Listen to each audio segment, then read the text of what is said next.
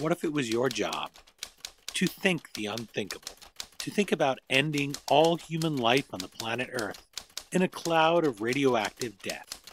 We'll meet the Americans who bore that awesome responsibility next. A short time ago, an American airplane dropped one bomb on Hiroshima and destroyed its usefulness to the enemy. That bomb has more power than 20,000 tons of TNT. The Japanese began the war from the air at Pearl Harbor. They have been repaid many-fold, and the end is not yet. With this bomb, we have now added a new and revolutionary increase in destruction to supplement the growing power of our armed forces. Hello, history lovers, and welcome. I'm your host, Dean Karayanis, and this is the History Author Show on iHeartRadio. Now #1 in podcasting, thanks to loyal listeners like you.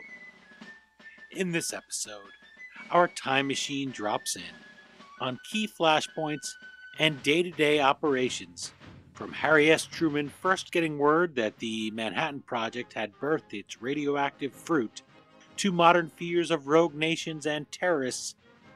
It's been a headache for presidents for 70 years. Our guide on this journey is the Pulitzer Prize-winning journalist Fred Kaplan, who previously brought us The Wizards of Armageddon. He returns with the definitive history of U.S. atomic policy. It's titled The Bomb: Presidents, Generals, and the Secret History of Nuclear War. Fred Kaplan is the national security columnist for Slate and the author of 5 previous books, including Dark Territory: The Secret History of Cyber War, and the Pulitzer finalist, The Plot to Change the American Way of War. Visit him at fredkaplan.info or find him at fmkaplan on Twitter. Now that we've seen that blinding flash of light that signaled America's splitting of the atom, let's join Fred Kaplan and witness the men burdened with the awesome responsibility of the bomb. Dr. Strangelove. Or How I Learned to Stop Worrying and Love the Bomb. A moving picture. Well, boys, I reckon this is it. Nuclear combat toe-to-toe with the Ruskies. I'm joined on the line by Fred Kaplan, author of The Bomb: Presidents, Generals, and the Secret History of Nuclear War. And I just read that Timothy Naftali says that Fred Kaplan is the world's preeminent Dr. Strangelove Whisperer. So there you go. That they've never spoken to a Dr. Strangelove Whisperer before, but who am I to argue with an author? And so I want to thank you for making time to chat with the History Author Show and talk about the bomb. Thank you. There's a word in your subtitle that we've come to expect when talking about nuclear war, and that's the word secret. The secret history of nuclear war. By necessity, the government closely guards the details of your topic, and sometimes when there are accidents, they don't want us to know. They're ready to cover that up. They don't want anyone to hear about it, maybe put it away in a vault for 30 or 40 years, so we don't realize how close we might have come to something like nuking the state of North Carolina that one time when Right. A bunch of fail-safes, I think it was 4 out of 5, right, that failed. How were you able to bring your pedigree as an author into play to dig into those secrets and organize what you describe as, quote, treasures which haven't been plowed much by others? I wrote a book about a similar subject in 1983 called The Wizards of Armageddon. And at that point, it was kind of the heyday of the Freedom of Information Act and mandatory declassification reviews. And for that book, I got thousands of documents declassified about nuclear war planning, mainly in the 50s and early 60s. After that point, it was still highly classified, and I had to get them through other ways. But since then, there have been other people who have carried on the work, particularly an organization called the National Security Archive, not agency, which has been doing a lot of work. I did some more work in this regard, plowing through some recently declassified things in presidential libraries. And in terms of why others haven't plowed through them as much, I don't really know. I mean, it's a good question. Some of these documents have been out there for well over a decade, and I have not seen them in any other books. Maybe it's because people who write about nuclear strategy tend to do it more from a theoretical vantage point, going into the doctrinal aspects. And people who write about diplomatic history don't delve in with much depth into the nuclear side of things. So maybe I'm a person who straddles both, and therefore get a lot of material that tends to be ignored by the people on either side of me. It was a book that held my attention throughout and really excited me. And I know it's a book about nuclear war, potential nuclear war, but I found it really exciting and interesting as somebody who's interested in government, interested in politics, has worked in the news. And I looked at it and I said, okay, it's as if I'm dropping in and reading an old newspaper, which I love to do. And okay, I'm being thrown into the Oval Office there with Eisenhower, and then I'm thrown in with JFK, and it's the Cuban Missile Crisis. And it kept carrying me through, and it wasn't as if it was this long slog of a book that was just about one doomsday scenario after another. It was really meeting the people and seeing them at work and realizing that it's people just like us who are in charge, which is easy to forget in history. And things like that North Carolina mishap, we all remember those here and there. We read them in a column, say at Slate, where you are, and you say, well, that's an interesting thing. I've got to tell my friends that the next time I'm having a beer. Do you know we almost dropped a live nuclear bomb, or did drop a live nuclear bomb on North Carolina, and 4 of the 5 fail-safes failed? The fact that you decide, hey, I'm going to put some of those in a book and tell people about these stories in a chronology was something that does seem surprising nobody did before. It seems like every new president should be given a copy of the bomb and read and learn and see what presidents did before. You're just giving me one blurb after the next here. Thanks very much. But you mentioned the part of the subtitle that mentions the secret history of nuclear war. I very deliberately made the subtitle also. The subtitle is Presidents, Generals, and the Secret History of Nuclear War. In other words, it's, as you say, it's about people. And the title is The Bomb. So it's basically how, through history, much of which has been secret, how presidents and generals have dealt with the bomb. And there's conflict in this, there's drama. We deal with decisions on how many nuclear bombs to produce, what to do with them in case of war. And then there have been a few crises in history, more than most people know, where presidents have had to ponder seriously whether to use nuclear weapons. And some of the generals and even some of the civilian advisors have advised them to do so. And so how did the presidents come to grips with the dangers, the logic, and find a way out of the hole that they were almost dug into? So, yeah, it's a political drama. It's not just about the bomb. It's about the people who have had to decide how and whether to use the bomb. And we're dealing with one of the hallmark things of our age. I mean, it's an existential situation. It is as vital and central to our existence as fire was in another age, or the machines were into the industrial age. I say at the beginning that for a few decades after the end of the Cold War, it was very easy to kind of forget about this thing. But the machinery surrounding it has been churning along ever since. And, some recent events sort of snapped all of us out of our slumber. That point about forgetting about them, putting them in the back of our minds, is partially because we haven't lived through seeing them drop. The number of people who lived through remembering the bombs being dropped at the end of World War II, or even tested all the time in the atmosphere. We haven't really seen one blow up since 1963. It's true. Amazing. I didn't even think of that because we see the video of it, but the video is just that. It's not alive, and it's certainly not worrying about Sputnik overhead. You write that those who spend their careers thinking about the unthinkable would use black humor, such as Dr. Strangelove, to cope with the nuclear age. And this was shaken by a stark question President George H.W. Bush asked while comparing scenarios. He said, "Tell me the difference in the number of people I'm going to kill." And that struck me there because George Bush, 41, was a World War II veteran, had been shot down, had been in the war, and a lot of these civilians afterwards had been in uniform, at least during the war, and they'd lived through dropping it. And they lived through the horrors of it. They'd seen what it can do, and they'd seen those tests. Now it's passing on to a generation that it hasn't lived through that. Maybe doesn't even have parents anymore that have lived through it and saw what happened in the war.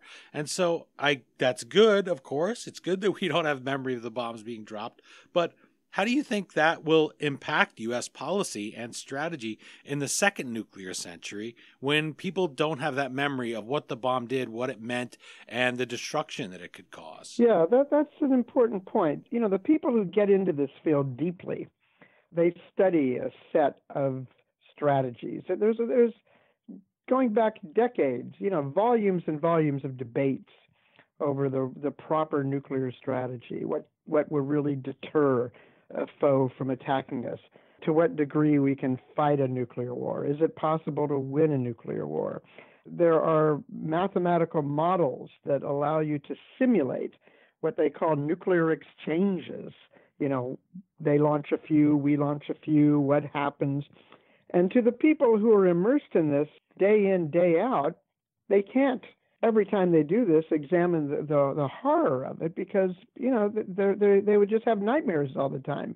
So they insulate themselves from the reality. And the story that you mentioned about George H.W. Bush, he was president, and some people from the Pentagon were bringing over a revision to the nuclear war plan. And actually, it was a fairly substantial revision that would allow more of what are known as limited options, the ability to maybe try to end the war by just keeping a retaliation to a small number of nuclear weapons, illusory as that might be.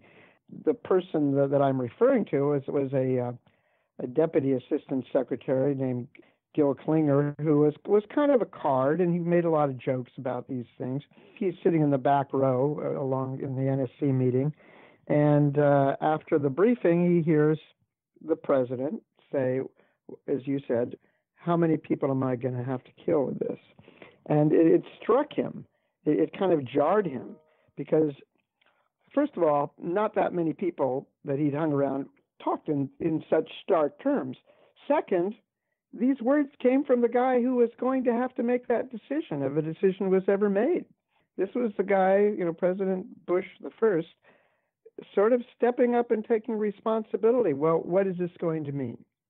Looking at it in very personal terms. And that's not the way that people who think about and write about nuclear war and nuclear strategy think. It sounds kind of naive, but it's not naive. What it is, it's stark. It reveals the underlying reality of this. There's another case where I talk about at a conference at the Aspen Institute, where somebody who was arguing the case for what are called low-yield nuclear weapons, new kinds of weapons that could make them more usable and to counter a Russian attack. The moderator said, "Well, when you say low yield, what are we talking about here?" And he said, "Oh, about 8 or 9." He goes, "8 or 9 what?" He goes, "Well, kilotons." The moderator said, "Oh, you mean so almost as much as Hiroshima?" Hiroshima was like 12 and a half kilotons. That would be called a low-yield weapon now. The guy who was being questioned said, "Well, you don't have to get pejorative about it." And the moderator says, "Well, I'm not being pejorative. I just want to make clear that we're not talking about firecrackers." And that Really? is, we're talking about, say 10 kilotons. That's 10,000 tons. That's 20 million pounds. The kind of bombs that you see going off, say, in the Iraq War, those were 2,000 pounds. This is 20 million pounds. Even some of the smallest weapons in our arsenal would cause a bigger explosion, a more damaging devastation than anything that humanity has ever seen. And not just the explosion, but, it also comes with heat, radiation, fire, radioactive fallout. They think that maybe the most prominent effect of a nuclear weapon would be heat and fire and smoke. And those effects are almost impossible to calculate.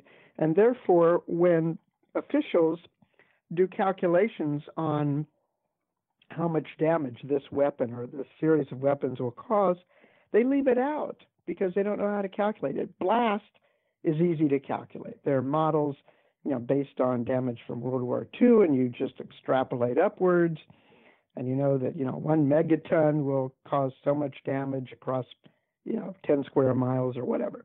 But all the other effects, they're left out of the equation, even though they would cause way more damage. And then when you get into things like nuclear winter, which is a phenomenon that has only been studied in the last couple of decades, you could set off 80 nuclear weapons, which in this world would be called a very limited nuclear exchange.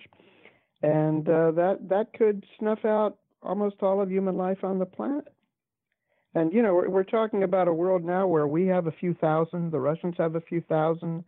And by the way, we've come down quite a lot. The peak in 1967, the United States had 30,000 nuclear weapons. A lot of them were, quote unquote, small tactical nuclear weapons in Europe and Asia, and those are all gone now. But we still have a lot of overkill, and yet it's about 1/10 the number that we've had at our peak. Or maybe I should say that the other way around, that we have 1/10 the number that we had at our peak, but it's still a lot of overkill. These things, if they ever were used, they would make the rubble bounce a couple of times.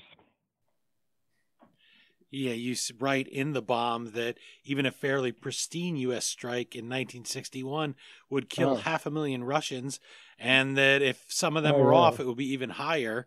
And as you're saying, things like whether or not a lot of people are outside, is it a Sunday? Yeah, right. In 1960, they made the first, what was called the SIOP, the Single Integrated Operational Plan, the Integrated Nuclear War Plan, the Strategic Air Command. And Plan 1A in this plan, which would involve just firing every nuclear weapon we had at every target in the Soviet Union, Eastern Europe, and Communist China, because they were all thought to be the same thing. Somebody at that point asked, well, how many people is this going to kill?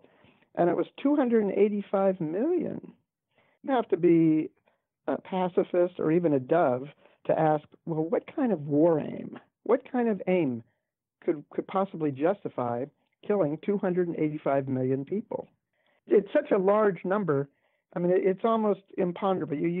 I say a number like that, and I suspect that most people's mind just sort of reel. I mean, it's so big that it's like talking about, in terms of personal income, $1 billion. I mean, it's more than you can possibly even imagine happening. And so, the difference between $1 billion and 10 billion or whatever is nothing. Well, 285 million, and we talk about, the most staggering wars that we've ever had, killing a few million people. What the characters in my book have been doing for the last 60 years is trying to impose some kind of rationality on this weapon of terror. Certain times they've convinced themselves that they've done it, but the person who has to make the real decision, the president, every time a president up till now has looked at this closely, when they've been required to look at it closely, they say, no, I'm not going to go there. This doesn't make any sense to me. And they figure out a way to get out of their hole. There are those moments in the Korean War, for instance, and this is what I'm speaking about, that the bomb puts these moments together. Your book puts these moments together where Eisenhower is talking about Korea, and the generals in a way reminded me of Ulysses S. Grant when he's talking to Andrew Johnson when he takes over after Lincoln's been assassinated, and he keeps saying to him, "Well, when can I start hanging Confederates? You know, when can I hang this without?" And Grant's saying, "You can't, you can't. I promised Robert E. Lee. I gave him my word of honor, and I don't want to be. We don't want to be fighting it again." And he just keeps asking him one way or the other when he can hang Jefferson Davis. And it's those moments with Eisenhower where they just keep saying, well, maybe we could use, as you said, a small one there. And keep in mind the Moab, for instance, our largest non-nuclear bomb, is a mere, quote unquote, mere 11 tons of TNT. So Eisenhower is opposed to using the bomb in ending World War II. But like his successors, he's willing to have the communist foes think he might pull the trigger. But see, here's the thing. When Eisenhower was president, we really had no conventional defense in Europe. And he didn't want to build one because it was very expensive. Eisenhower was, above all else, a penny pincher. And his view was also that if we ever did get into a war with the Soviet Union, it would quickly go nuclear. And so why bother putting more soldiers in the zone? And so his view, and listen, there's reason to this. His view was, okay, look, if I believe that any war with the Soviet Union is going, a direct conflict, is going to escalate to nuclear weapons very quickly, then what I've got to do, above all, is to prevent this war from happening. And the way that I prevent this war from happening is to make the Russians believe that if they even stick one toe across the east-west German line or some other territory that's vital to our interests, then I'm going to unleash nuclear war on them. It was called the doctrine of massive retaliation. If it's going to happen, then use it as a deterrent. And the interesting thing is Eisenhower, he sometimes talked casually about the bomb. He would say publicly, he once said, it's really not that much different from a bullet. But in reality, he once got a briefing that there was a very secretive organization within the National Security Council called the Net Evaluation Subcommittee. It was so secret that its existence wasn't known. And what they would do, they would count up all the weapons we had and look at the intelligence estimates of what the Soviets had. And then they would run simulations on very crude computers at the time of what would happen. And there would be a briefing about this. And the briefing haunted Eisenhower because it basically showed that both sides would just get wrecked. I mean, millions of people dead, millions more in need of medical treatment, which would be unavailable. The federal government essentially shutting down. It was a nightmare. And he wrote in his diary how horrendous this was, but it redoubled his commitment to making sure that this never happened. But then, even so, there was a crisis late in his term over Quemoy and Matsu, the islands near the Taiwan Straits. It looked like China, communist China, might invade them. And he told the Joint Chiefs of Staff that if they do something, keep our response to conventional weapons for as long as possible. And there was a moment when the French were facing disaster in Vietnam. John Foster Dulles, Eisenhower's very hawkish Secretary of State, wanted to give the French 2 tactical nuclear weapons to stave off the North Vietnamese, and Eisenhower said no. So even someone like Eisenhower, who, our only defense is a nuclear defense, was still, when it came down to actual events in the real world, was very, very hesitant to use them. That madman theory, it becomes known, or strategy with Richard Nixon, is something that they all seem to play on a little, even though, as you've discovered in writing the bomb and researching it and getting this information, these secrets, Ike says the goal isn't to win. We can't win. If you remember the Whopper from War Games, right? Even the computer learns the only winning move is not to play. He says the goal is not to lose any worse than we have to if it does go nuclear. And you also say that adds to all of these moments, like, for instance, NASA deciding they're going to launch a missile down in Florida during the Cuban Missile Crisis could easily have been mistaken for a nuclear missile. And there's two men that I want to make sure that we mention on opposite sides of the Iron Curtain. One is Lieutenant Colonel Stanislav Petrov, and the American is Lieutenant General Leonard H. Perutz.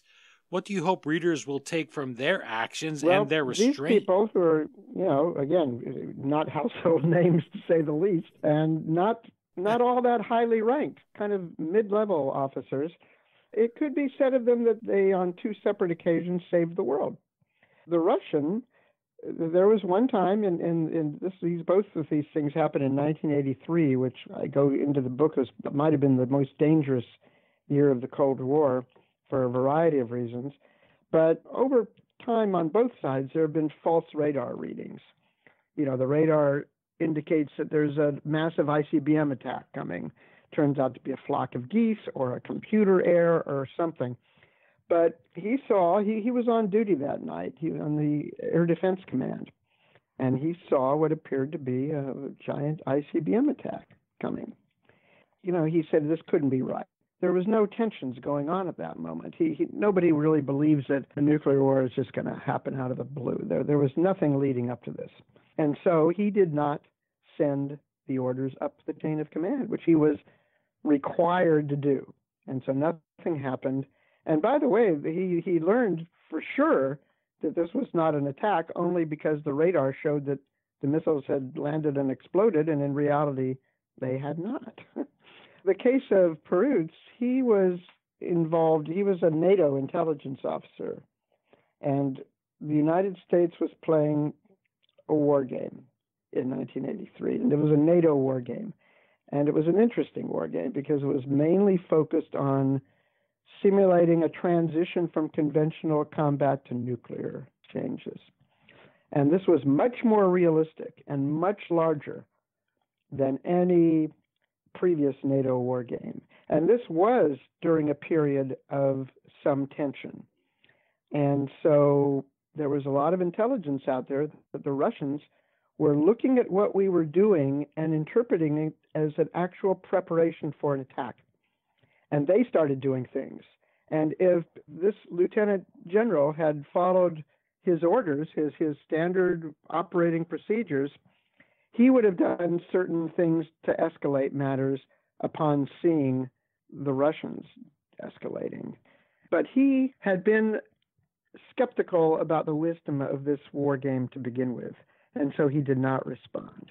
He held back. Had he done what he should have been doing, which was putting more missiles on alert and so forth, the Russians might have done the same, and it could have gotten out of hand. I mean, to draw a contrast, look at a few instances that have happened recently. There was, this has happened several times, but just in recent weeks, there was tension in Iran and Iraq over, the U.S. assassination of General Soleimani, and then the attack on some U.S. bases. In the midst of all this tension, a Ukrainian passenger plane took off from Iran. Some nervous people in Air Defense Command mistook it for a plane coming to one of their targets, and they shot it down.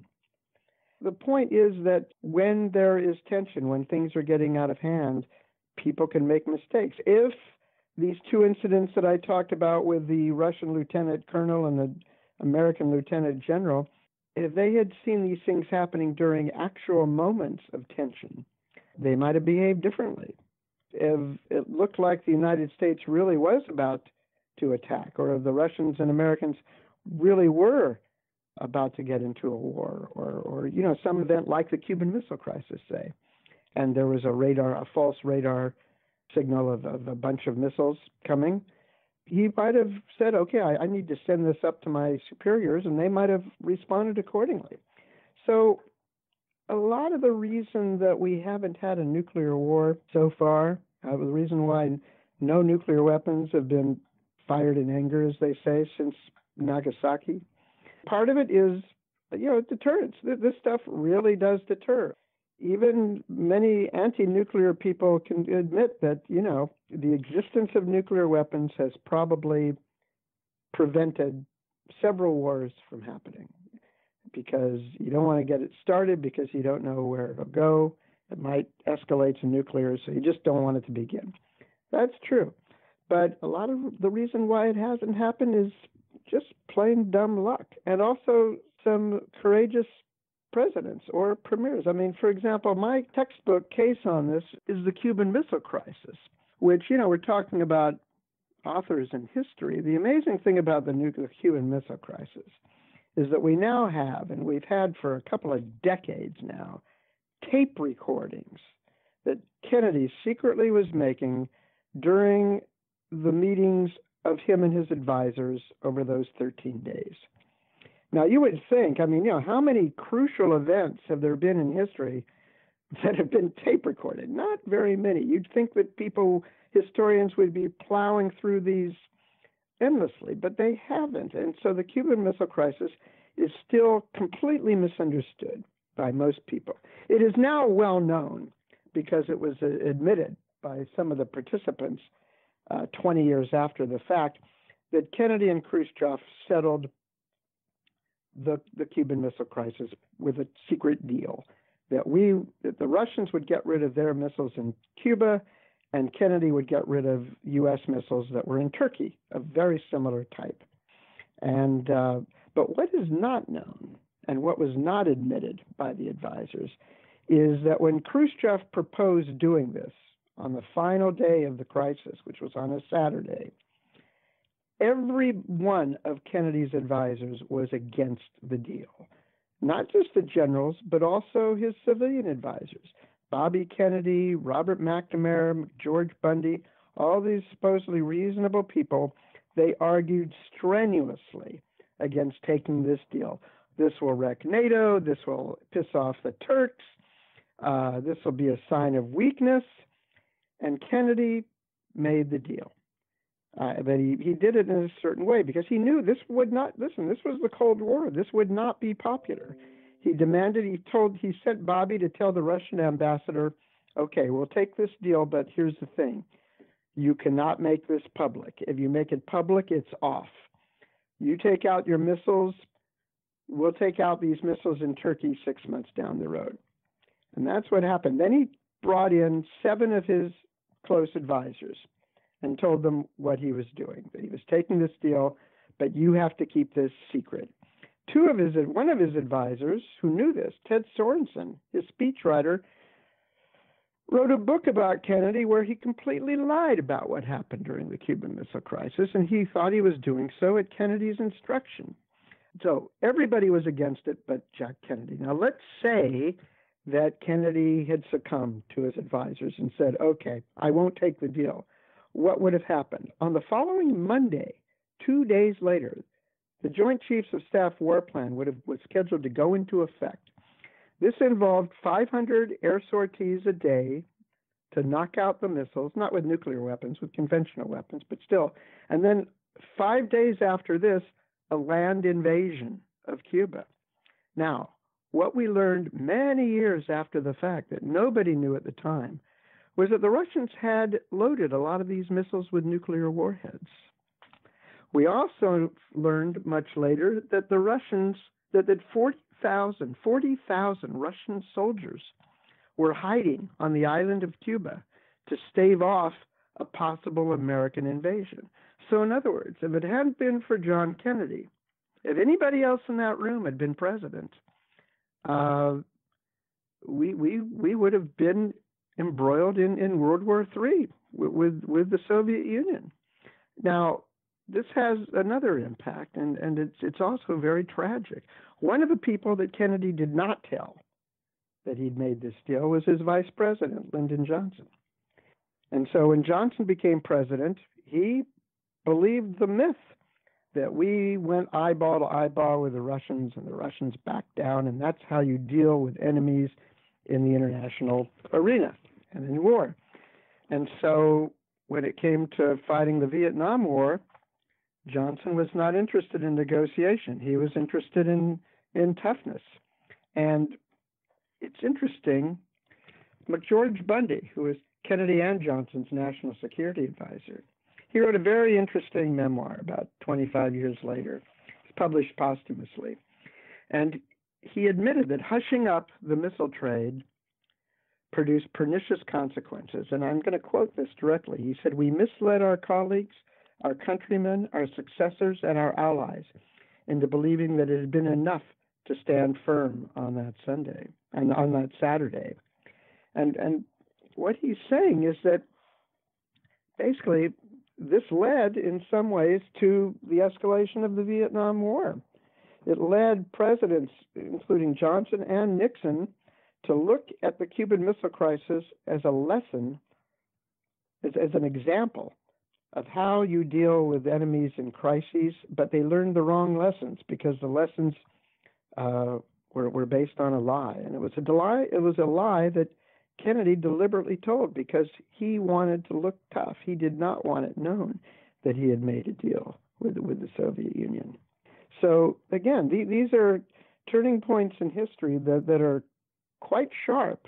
It's a very sharp-angled pivot.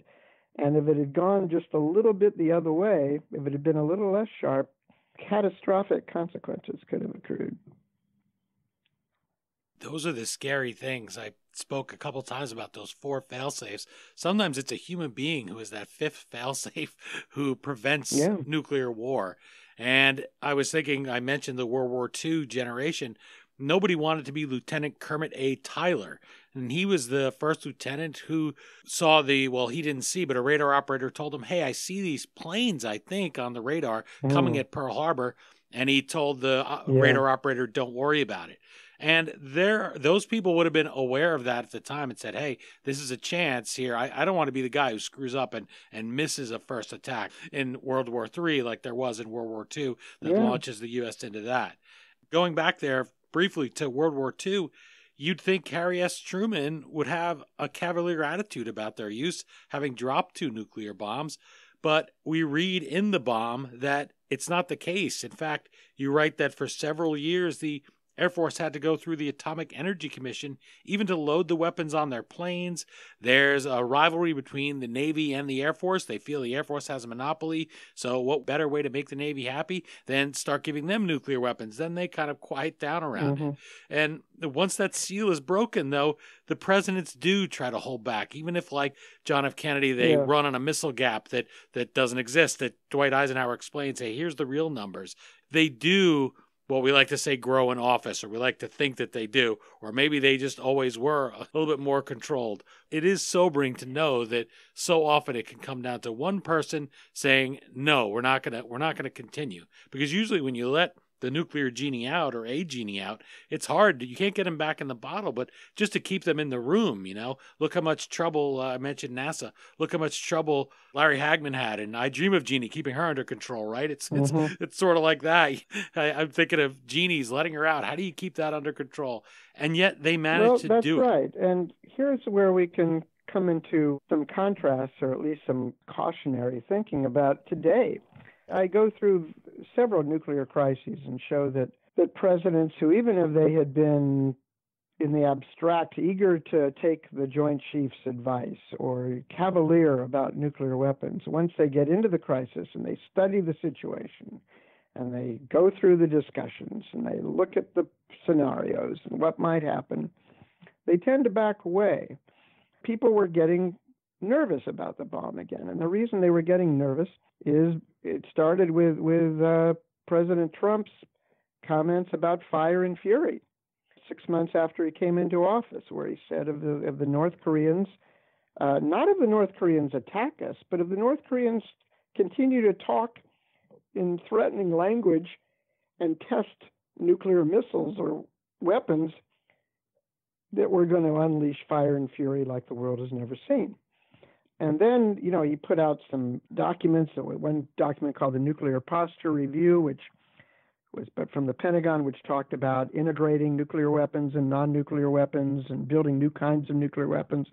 Well, what people didn't quite understand is that latter part, integrating nuclear and non-nuclear weapons and so forth, that had been around for decades. That was what is the underlying reality.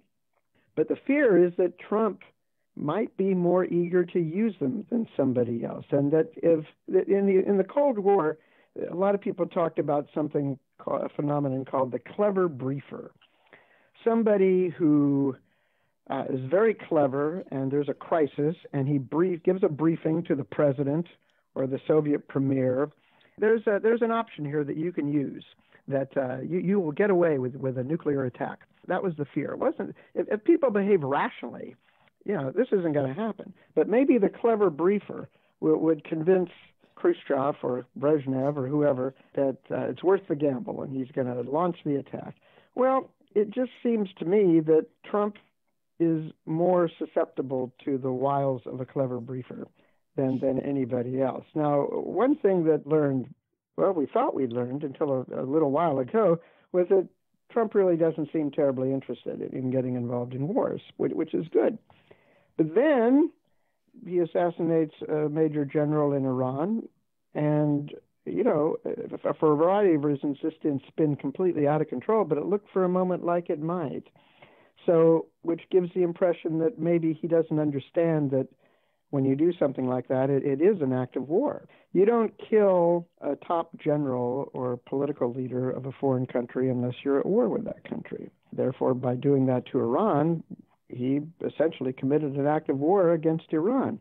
So, again, for a variety of reasons, this did not spin out of control. But again, it's another signal that maybe President Trump might get himself into situations that he would have a hard time getting out of, unlike all of our previous presidents who when they did find themselves in a similar situation, did study the situation deeply and do quite a lot to prevent it from spinning out of control.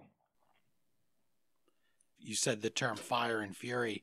The original act of war that occurs under Jimmy Carter, if we want to date it back that far, and that is something that President Trump connects it back to, is the storming of the embassy. It's not the Ayatollah's baby, so to speak. He tells these people that do it, are you crazy? There's going to be fire from the sky. The U.S. is not going to stand for this. And Jimmy Carter, in an effort to de-escalate this, I guess you'd say, in our parlance, writes him a letter and tries to speak to him and tries to not. I mean, of course, the time, the Shah, all this complicates it. So this is the thing, to directly confront it in the nuclear age and to wait for nuclear proliferation to occur is terrifying in this current time, because you say in the bomb, you're talking about the briefers. No one wanted to be the advisor who steps forward in the middle of a crisis with the Russians, and this could be the Iranians, any nuclear power, the North Koreans, and tells the President of the United States, I'm sorry, but there are no good options in a nuclear war. Right. There's nothing you can do. And so think about that, think about that great George C. Scott character in Dr. Strangelove, and that, we could take him, we'll get our noses messed up. 10, 20 million tops. Right, that's it. Well, this is where they got into issues about limited nuclear options. And this is an interesting thing, because here's the thing. As the Cold War moved on, and as we started to put conventional forces in Europe so that you really could have at least some kind of conventional defense, and then the Soviet Union also amassed a nuclear arsenal. Once the Soviets got a big nuclear arsenal, massive retaliation, it loses some credibility. Let's say the Soviets invaded West Germany. Would we really launch an all-out nuclear attack against the Soviet Union, knowing that they could respond by launching an all-out nuclear attack against us? This is when the West Europeans started to get nervous about NATO, and General de Gaulle would say, would an American president risk New York for Paris? Would he put New York on the line to defend Paris? Well, maybe not. And so the generals and even some civilian strategists, and technology changed as well, started trying to come up with limited nuclear options, ways to, if a war does get out of hand, maybe fire just a few nuclear weapons in such a way that it makes the other guy back down, and you can end this war before catastrophe occurs. And, the people who first started thinking about this, even as far back as early Kennedy administration, they didn't quite believe that it would work, but they thought that if there was a chance to make it work, and they also thought that war with the Russians was almost inevitable, then let's give it a try. But then what do you have to do? The idea is to convince the Russians that you really are going to use, that you really might use nuclear weapons, and you have some options for doing so. Well, then you have to create some options for that. And then you have to build certain kinds of weapons and execute and devise plans that will allow you to do that. And so once you get to the third or fourth iteration of this, you get to the point where there is almost no distinction between nuclear deterrence and nuclear war fighting. You have to build the capability to fight a nuclear war in order to deter a nuclear war. And, what I'm saying in this book, this whole thing gets kind of crazy once you look into it deeply. It looks crazy. I talk about this one strategist, a civilian who was a special assistant to the Secretary of Defense under every administration from Kennedy to Carter. And this is what he worked on all the time. And when he retired finally and looked at it from a distance, he said, wow, that's a crazy world. And it is a crazy world, and it's our world. And this is kind of the tragic state of our times, that what these guys are saying, there's a certain sense to it. And the only way that we can get out of this really is we're stuck with these. Nuclear weapons are not going to disappear. I don't know anybody who thinks that they will, short of some enormous transformation in world politics that maybe we can't see. This goes back to another story during the Kennedy administration. Shortly after the Cuban Missile Crisis, Kennedy is sitting talking with Secretary McNamara and his chairman of the Joint Chiefs of Staff. And by the way, this is another tape. And it's a tape recording of a conversation that I've never seen recorded in any other book. But Kennedy is basically saying, why are we building so many nuclear weapons? The Russians had just had about 30 nuclear weapons in Cuba. And he says, I would have been deterred by those missiles that he had in Cuba. I mean, it wouldn't have been a victory for them, but it would have prevented me from doing a lot. And so if we have 40 missiles that can destroy 40 cities, that should be enough.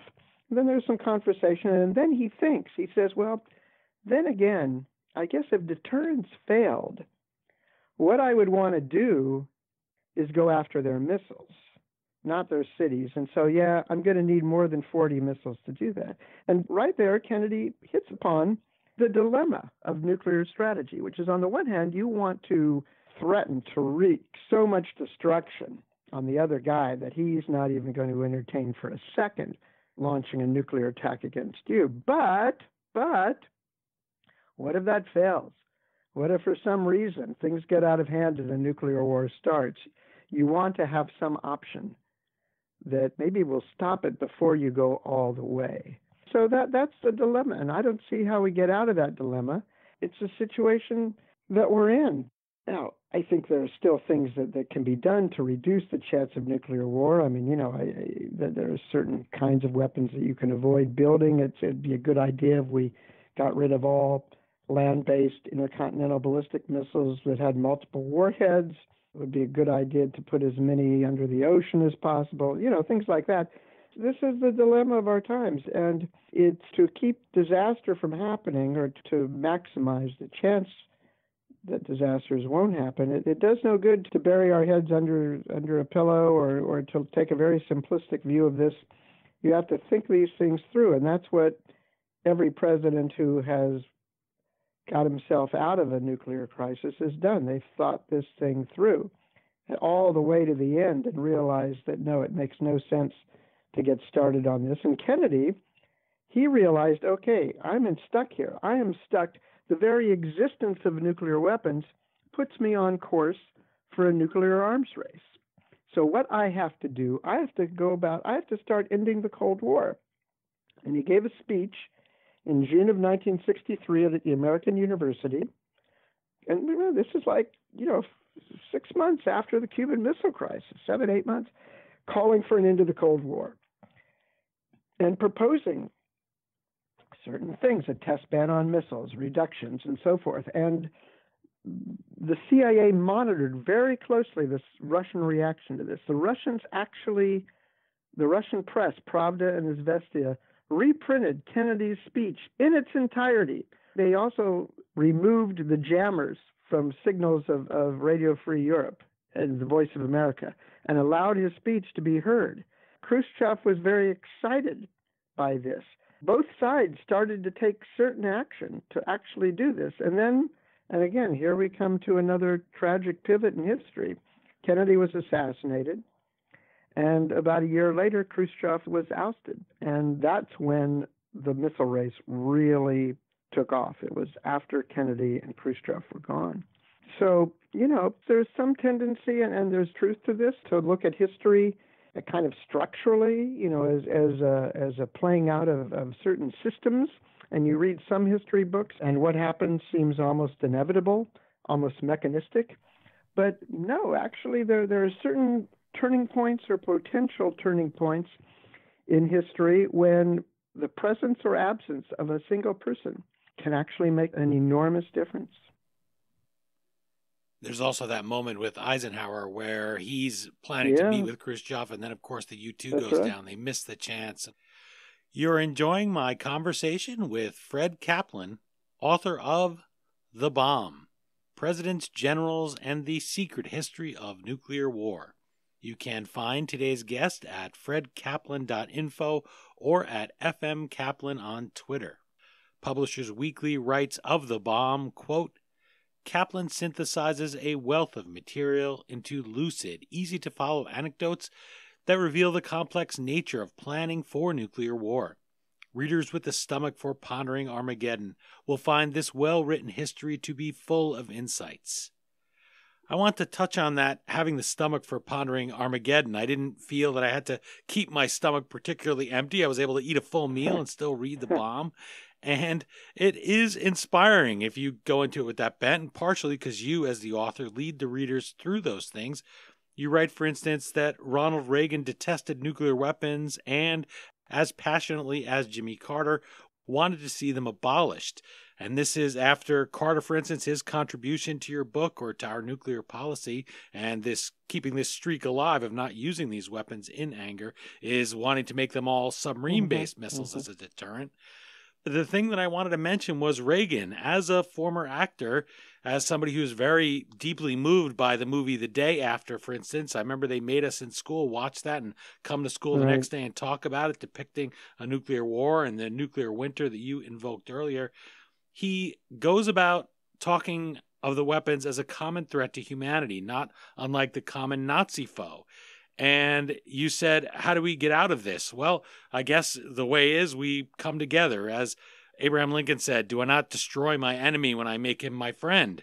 And this is what happens in the 80s, where the two leaders come together in this little hut in Geneva, I believe in front of a fireplace, as you describe it. So tell us that moment, because it does read out of something like a movie. And if you were watching it in a movie or reading it in a novel, you probably wouldn't have believed that this was what these two men bonded over. Turns out to be a more fascinating character. I'm 65 right now, so I was a reporter when Reagan. I was in Moscow covering the Moscow summit where Reagan said that the Cold War was the evil empire was a different time, different place. So, I covered this guy contemporaneously, and looking through archives, I'm sort of stunned. It turns out that Reagan was a nuclear abolitionist. His advisors kept this as secret as they could. He might be the only person who believed that the Star Wars program really would, the whole idea was to create this astrodome that would keep nuclear weapons from exploding. And so in the first term, Reagan does this enormous nuclear buildup and conventional buildup, and then he's seeing that the Russians are getting all skittish and paranoid. Yeah, they're afraid of the space shuttle, and he realizes, right? I need to dial this back. And he wants to meet with the Russian leader. They keep dying on him, as he says. And Gorbachev comes along. And Gorbachev, it's not remembered accurately how long a lot of people in the U.S. government, including the director of the CIA at the time, were very suspicious of Gorbachev airs of being a reformer. They thought it was a hoax. They thought it was a trap. So Reagan, he goes to meet him in Geneva. And at first, the conversation is very tense. Gorbachev is complaining about Star Wars, and Reagan is complaining about Soviet support of Third World revolutions. And then they decide to go for a walk. They're at the chateau, and they go into this cabin where this fireplace is blazing, and it's just them and their translators, nobody else. And at one point, Reagan says, let me ask you, if the United States was invaded by aliens from outer space, would the Russians come to our defense? And Gorbachev says, absolutely. And Reagan says, I feel the same way. And they walked out, and they come back to the conference, and George Shultz writes later, not knowing that what had happened in this little meeting, that the air had changed completely, that these guys were joking, they're acting like they were old friends, and at that point, things changed. And then we come to another crazy pivot. They meet again a little while later in Reykjavik, because they want to reduce arms. So they want to get together and break the logjam. And you might recall at Reykjavik, that's where they very nearly struck a deal to get rid of all nuclear weapons. And it's fascinating, the transcripts of the dialogue between Reagan and Gorbachev in English and in Russian, the English note takers, the Americans, and the Russian note takers, those have been declassified now. And what's fascinating is that this is 10 hours of conversation. And let's allow for the translations. Let's say 6 hours of conversation about nuclear issues. Now, Reagan had some crazy ideas about some of this, but he understood the implications of the ideas. These were serious conversations. It's almost inconceivable to imagine, say, Trump talking about nuclear weapons like this for 10 hours. But anyway, they came up with this idea, and then Reagan put a thing on it. Reagan was still committed to Star Wars, the Strategic Defense Initiative. And Gorbachev said, here's the thing, though, I'll do this, but part of the deal has to be a 10-year ban on any tests of anti-ballistic missiles in space. And Reagan would not go for it, and the deal collapsed. So it was still this Russian paranoia about Star Wars and Reagan's delusions about the possibility of Star Wars that prevented, who knows what would have happened. But and I don't think we ever would have gotten rid of all of the nuclear weapons, because other countries have nuclear weapons too, but it would have been a dramatic reduction to the point where it really does take on a much slighter role in international politics than it did. This history is full, again, of all these genuine transformations and these might have been almost transformations that really boggle the mind. Karl Marx, one of the least Marxist things that Karl Marx ever wrote was history walks on 2 feet. In other words, there is a human contingency here, and it has to do with who is in the right place, when and where, that can have at least as an abrupt an impact as, larger structures of economic systems and so forth.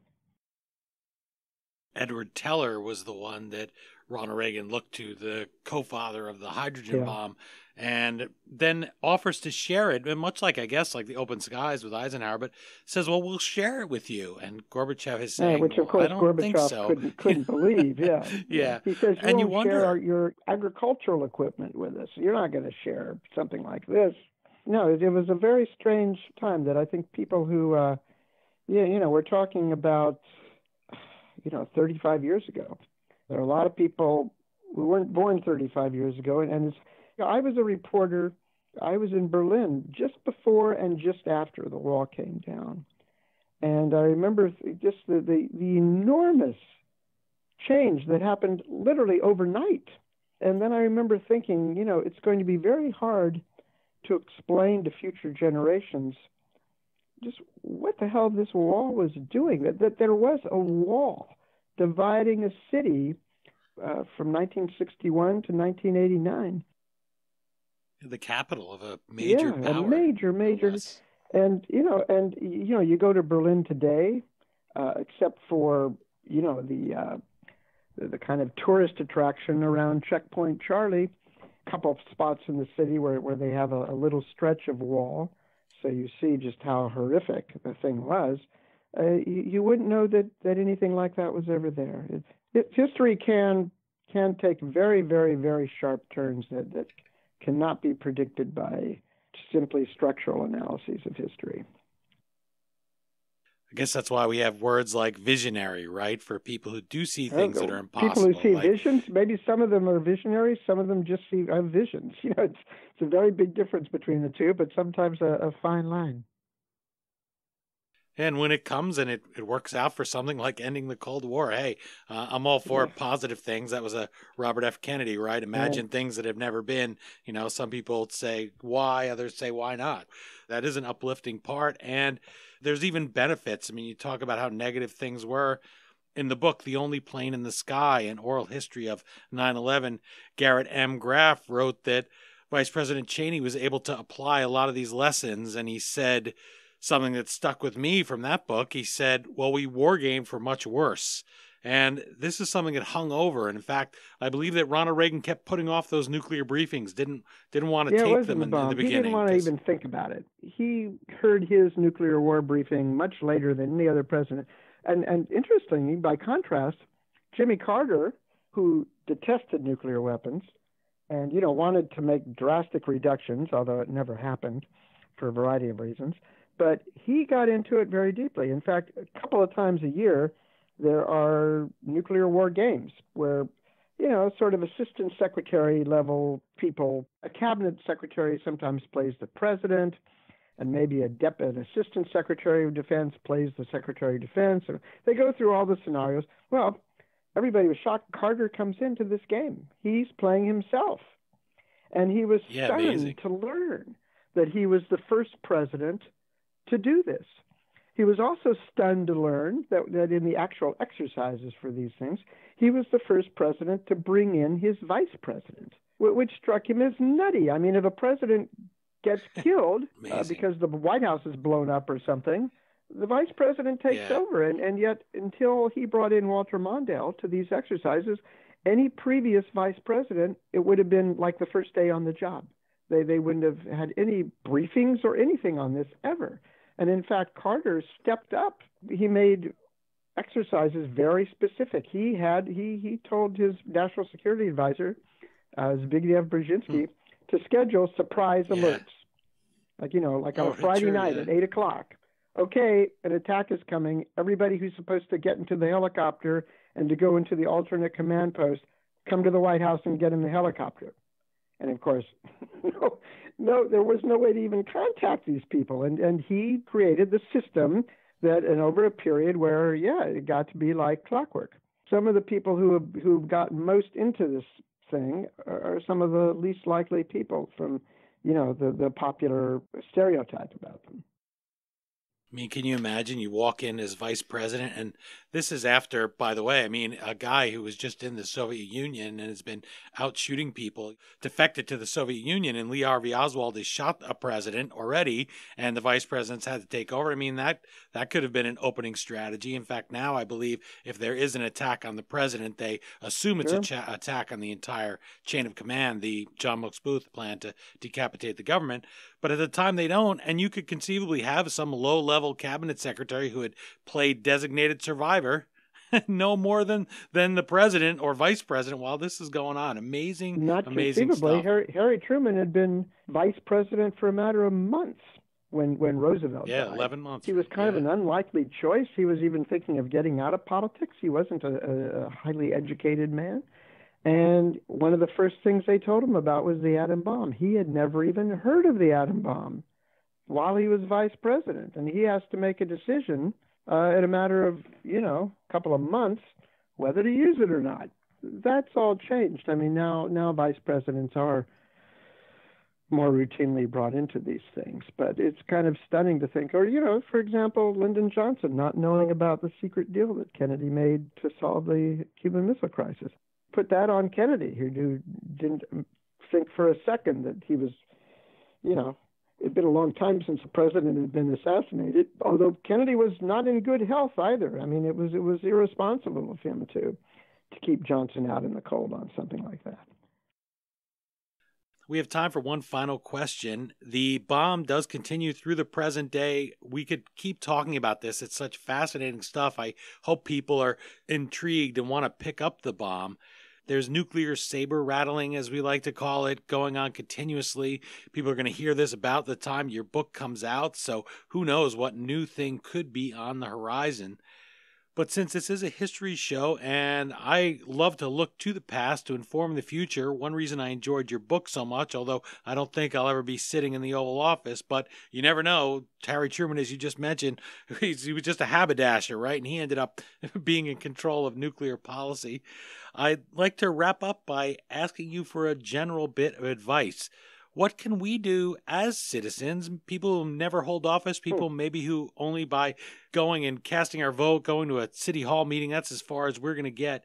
What can we do to continue humanity's streak of avoiding Armageddon? That's a tough one because, as you've said, there are a lot of things that go on in the federal government that it's very hard for ordinary citizens to have any impact on. War planning and particularly nuclear war planning, I mean, that's as high level and secretive as it gets. It's completely removed from us, and it's kind of invisible too. We have land-based missiles in silos out in the middle of nowhere, submarines under the ocean, bombers and air bases that again are very remote from where a lot of people live for obvious reasons.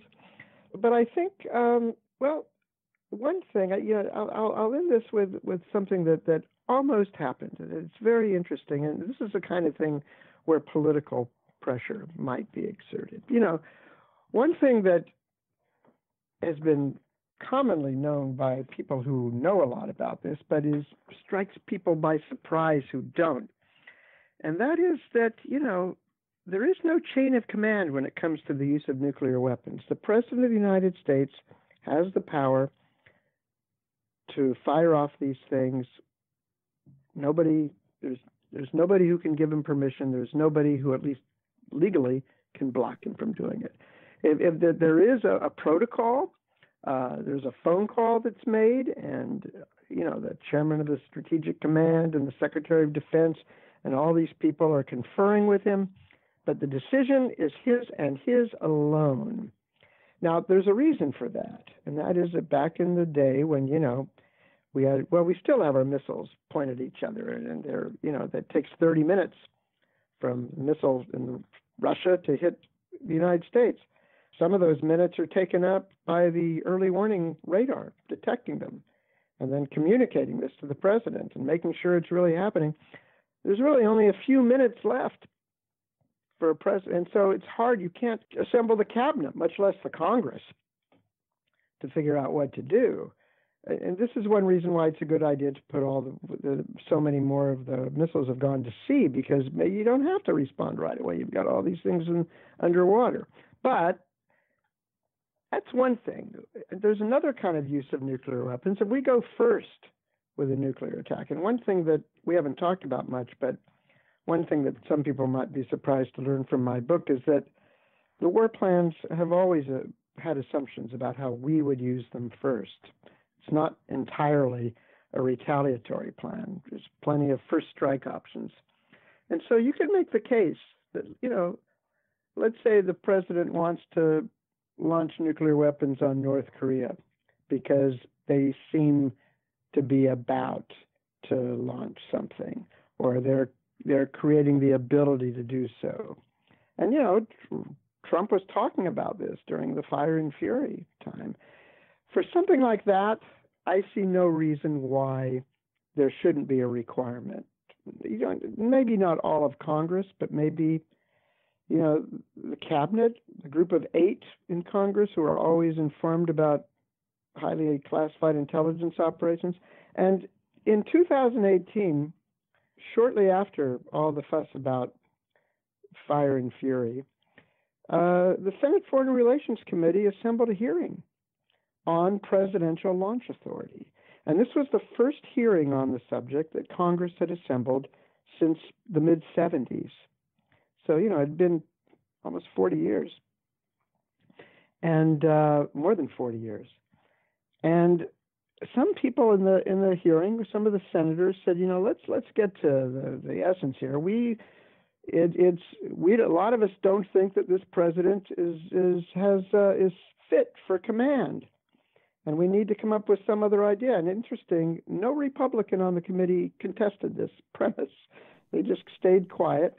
And there was some very interesting. I have a whole section of a chapter on this. It was a very interesting hearing, and there were some superb questions asked, some illuminating answers, and at the end of the hearing, nothing happened. That's what they're experts at. I mean, Congress didn't change anything. They have the power to. And one of the witnesses, this retired general named Robert Keller, who had been a commander of Strategic Command, and he was really annoyed by this hearing because he's thinking to himself, okay, these guys are basically saying that the commander-in-chief is not fit for this job. Okay, Congress has the power to change the procedures. And, in his mind, hey, if they want to change the procedures, that's fine. I'll do whatever the Congress wants me to do. But they didn't change the procedures, and he thought it was irresponsible to raise questions about the reliability, even the sanity of the chain of command without doing anything about it. And so the point is, there are people in Congress who do have the authority and the power to make certain kinds of changes. And I'll tell you one thing, here's why they don't. It's a little risky. They don't want some crisis to happen and we end up being screwed, and they say, oh, this would have been better if you hadn't tied the president's hands behind his back. There's always a grave reluctance to interfere with the president's Article 2 powers, even if it involves blowing up the world. And another reason why is because they don't think, and they're probably right in that they don't think that their constituents really care about this much. So on the one hand, they feel a little fearful to get involved in it themselves, and they fear nothing from their constituents who don't seem to be interested in it. So if Congress people know that their constituents are interested and concerned and worried and have ideas about some ideas that can change, there are a lot of ideas that seem kooky at first, but then after a while, enough people start talking about it that it then becomes a real thing. The day-to-day operations, that's hard to get at, but the overall policy, to the extent that Congress can have a say in it, that this is something that citizens can have some impact. Well, Fred Kaplan, author of The Bomb, our doomsday clock may have struck midnight, but there's really so much more in your book for readers to enjoy. I hope we've given them food for thought. There's surprising moments in there. There's plenty of levity because the human condition and the fact that we have these bombs and even have to think about them is certainly something that you would go crazy if you didn't have a little bit of a laugh now and then. Fortunately, since we haven't used them again, we can afford to laugh. Good job, humanity. I really do thank you for taking the time to discuss your book today, and I hope readers will pick it up and get that in-depth journey through the nuclear age with you. Thanks. Enjoyed it. In our obsession with antagonisms of the moment, we often forget how much unites all the members of humanity. Perhaps we need some outside universal threat to make us recognize this common bound. I occasionally think how quickly our differences worldwide would vanish if we were facing an alien threat from outside this world. And yet, I ask you, is not an alien force already among us? What could be more alien to the universal aspirations of our peoples than war and the threat of war? That's a clip from President Reagan's address to the UN General Assembly on September the 21st, 1987. Stories of how we got into this mess and how we might, if not get out completely, at least manage it wisely, are in The Bomb: Presidents, Generals, and the Secret History of Nuclear War. As always, you can order your copy by clicking through the historyauthor.com page for this episode. Every time you buy a book through us, You help us keep the flux capacitor on our time machine humming like usual. My sincere thanks to Fred Kaplan for joining us and for giving an inside view of the leaders tasked with stewardship of Oppenheimer's deadly toy. Visit our guest at fredkaplan.info or find him at FM Kaplan on Twitter. And you can visit slate.com for his column, War Stories. And while you're at it, let us know what you think of the book, the bomb, and the interview on Twitter at HistoryDean, Instagram at The History Author Show, or Facebook.com/HistoryAuthor. That's it for this radioactive installment of The History Author Show. I hope you'll join us for our next all-new interview right here on iHeartRadio. And if you're an iTunes subscriber, please take a minute to leave us a review. Well, until our next trip into the past together, thanks so much for time traveling with us today, and have a great week. We still call it Broadway, but what's in a name? Take it from Georgie, it isn't the same. On the east side, west side, things ain't like before. There are tears in the eyes of the regular guys. Oh, New York ain't New York anymore. You're talking about mass murder, General, not war. Mr. President, I'm not saying we wouldn't get our hair mussed, but I do say no more than 10 to 20 million killed, tops, depending on the breaks.